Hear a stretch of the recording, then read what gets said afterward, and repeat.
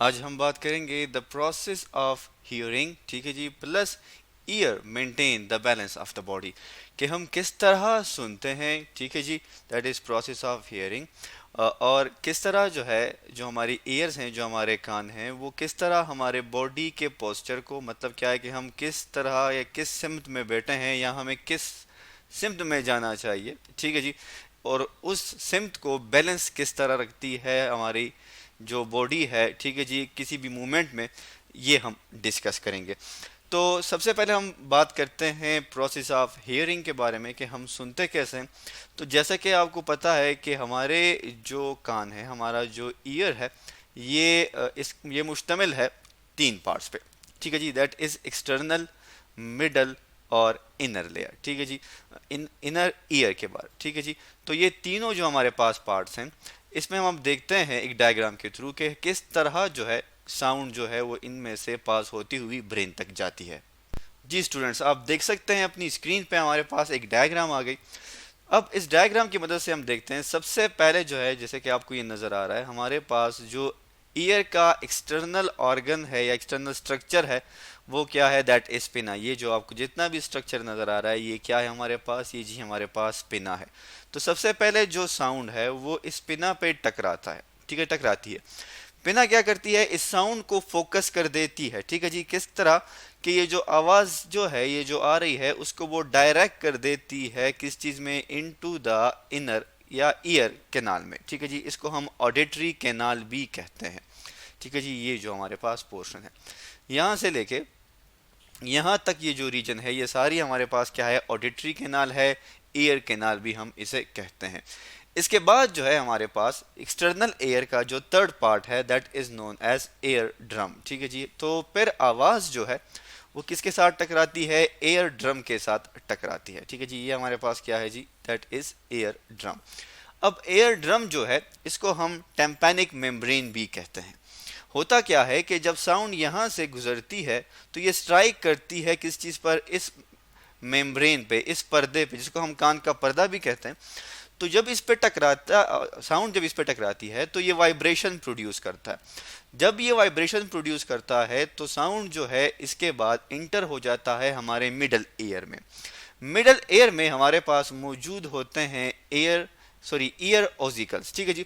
सो year ऑजिकल्स जो है हमारे पास, ये तीन तरह के होते हैं, या ये हमारे पास तीन हड्डियां होती हैं। जो सबसे पहले आपको नजर आ रही है, जो कि ये वाली है, इसको हम कहते हैं मेलियस, ठीक है जी। तो एयर ड्रम के वाइब्रेशन की वजह से साउंड जो है वो मेलियस के पास चली जाती है। उसके बाद जो है ये चली जाती है जो दूसरी बोन है, जिसे हम कहते हैं इनकस, उसके साथ टकरा जाती है। और उसके बाद ये चली जाती है जो कि थर्ड बोन आपको नज़र आ रही है यहाँ पर, ठीक है जी।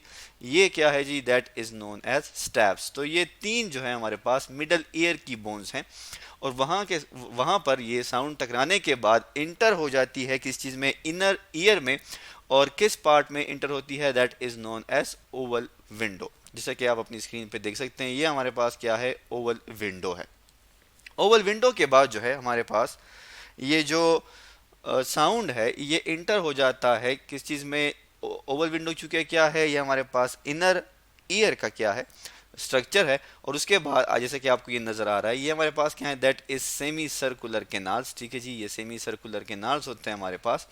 इससे होती हुई ये आ जाती है वेस्टिब्यूल्स में। ये एरिया जो है हमारे पास, ये वेस्टिब्यूल्स कहलाते हैं। और वेस्टिब्यूल से होते हुए जो है ये हमारे पास आ जाती है किस चीज़ में, कोकलिया में, ठीक है जी। और कोकलिया में हमारे पास मौजूद होता है फ्लूइड, ठीक है जी। अगर हम इसको ड्रॉ करने की कोशिश करें तो यूं करके हमारे पास इसमें फ्लूइड जो है वो मौजूद होता है। और ये फ्लूइड क्या करता है, ये इस वाइब्रेशन को कंटिन्यू करता है इस तरह कि ये कोकलिया जो है ये जी कनेक्टेड होती है नर्व के साथ, ठीक है जी। तो यहाँ से जो है नर्व से जो है हमारे पास इंफॉर्मेशन जो है वो चली जाती है टूवर्ड्स द ब्रेन। और ब्रेन फिर क्या करता है, डिटेक्ट करता है किस चीज़ को, उस साउंड को डिटेक्ट करता है, ठीक है जी। और इसके अलावा आप देख सकते हैं ये जो हमारे पास रूट है, ये बेसिकली क्या है, that is known as eustachian tubes. और ये हमारे ईयर को कनेक्ट करती है नेजल कैविटी के साथ। तो ये जी इस तरीके से हम क्या करते हैं, सुनते हैं। ये हमारे पास क्या है, प्रोसेस ऑफ हियरिंग है। अब अगर हमारे पास एक प्रॉपर्टी है, ठीक है जी, एक बीमारी भी है, that is known as deafness, जिसे हम बहरापन कहते हैं। जब कोई बंदा जो है वो प्रॉपरली या सही तरीके से सुन ना पाए, तो उसके ये जो ईयर का स्ट्रक्चर है, ठीक है जी, इसमें कौन कौन से पार्ट डैमेज हो सकते हैं। एयर ड्रम जो है ये भी डैमेज हो सक जब ये डैमेज हो जाए तब भी डेफनेस हो सकती है, ठीक है जी। या ये जो हमारे पास कोकलिया है, ठीक है जी, ये अगर डैमेज हो जाए तब भी डेफनेस हो सकती है। या ये जो तीन बोन्स हैं, दैट इज मीलियस, इनकस और स्ट्रैप्स, इनमें से अगर कोई एक खराब हो जाए तो फिर भी हमारे पास जो है डेफनेस हो सकती है। और ये भी कहा जाता है कि अगर ये स्चियन ट्यूब जो है ये ब्लॉक हो जाए, ठीक है जी, यूं करके ब्लॉक हो जाए, और हमारी जो नेजल पैसेज है और जो ये ईयर का पैसेज है ये ब्लॉक हो जाए, इनके दरमियान ये जो रास्ता है, तो तब भी डेफनेस हो सकती है। तो ये दी हमारे पास क्या थी, that is process of hearing. ठीक है जी, अब हम वापस चले जाते हैं और डिस्कस करते हैं कि किस तरह हमारी बॉडी जो है या एयर जो है हमारी बॉडी को किस तरह बैलेंस रखता है। तो अब जैसे कि आपको पता है कि हमारे पास, जैसे कि हमने स्ट्रक्चर में पढ़ा, कि हमारे पास मौजूद होते हैं सेमी सर्कुलर कैनाल्स मौजूद होते हैं, ठीक है जी। हम यहाँ पर मेंशन कर लेते हैं that is semi circular canals, और प्लस जो है हमारे पास मौजूद होते हैं वेस्टिब्यूल्स, ठीक है जी। और ये सेमी सर्कुलर कैनाल और वेस्टिब्यूल्स जो है हमारे पास, ये क्या करते हैं, ये आगे जो है कनेक्ट हो जाते हैं किस चीज़ के साथ, कोकलिया के साथ। जैसे कि अगर आप अपनी स्क्रीन पे दोबारा डायग्राम की वजह से देखें, ये जो हमारे पास हैं दैट वन, ये हमारे पास क्या है, सेमी सर्कुलर कैनाल्स हैं। ये जो पोर्शन है ये क्या है, दैट इज वेस्टिब्यूल्स, और ये कनेक्ट है किस चीज़ के साथ, कोकलिया के साथ, ठीक है जी।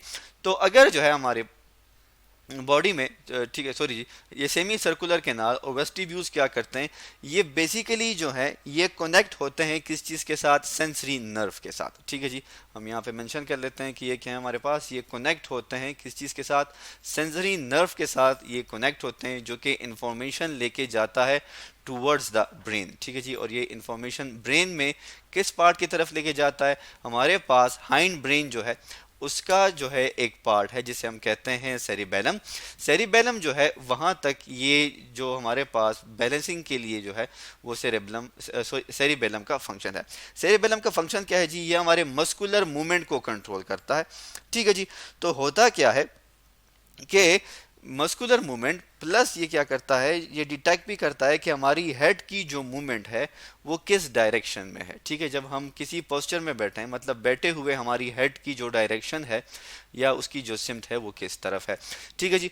तो जैसा कि आपने देखा भी होगा कि जब आप सुनते हैं कोई आवाज़, ठीक है, तो आप उसी आवाज़ की सिमत में जो है चलना शुरू कर देते हैं, ठीक है जी। तो ये बेसिकली कौन डिटेक्ट करता है, ये बॉडी जो है इसको किस तरह बैलेंस रखती है, ये जी हमारे पास इस तरह सेमी सर्कुलर कैनाल्स हैं और वेस्टिब्यूल्स हैं, ये कनेक्ट होते हैं किस चीज़ के साथ, सेंसरी नर्व के साथ।